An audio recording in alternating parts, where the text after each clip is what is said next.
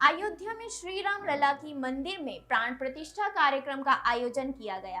पूरे देश श्री राम की भक्ति में समाया हुआ है।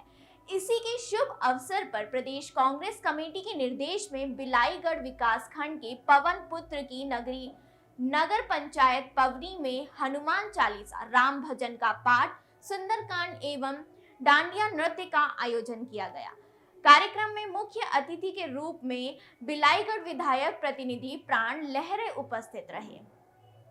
इस अवसर पर विधायक प्रतिनिधि प्राण लहरे ने समस्त नगरवासी एवं बिलाईगढ़ विधानसभा वासियों को श्री राम लला के प्राण प्रतिष्ठा की बधाई एवं शुभकामनाएं दी।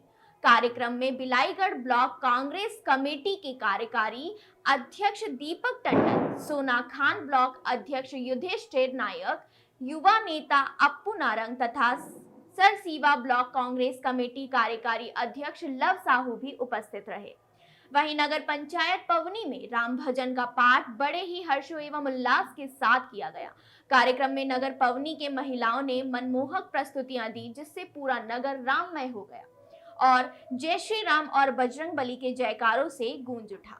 मुख्य अतिथि विधायक प्रतिनिधि प्राण लहरे ने सभा को संबोधित करते हुए मर्यादा पुरुषोत्तम श्री राम जी के जीवन काल के बारे में जानकारी देते हुए लोगों को श्री राम जी के बताए हुए मार्गों पर चलने की अपील की।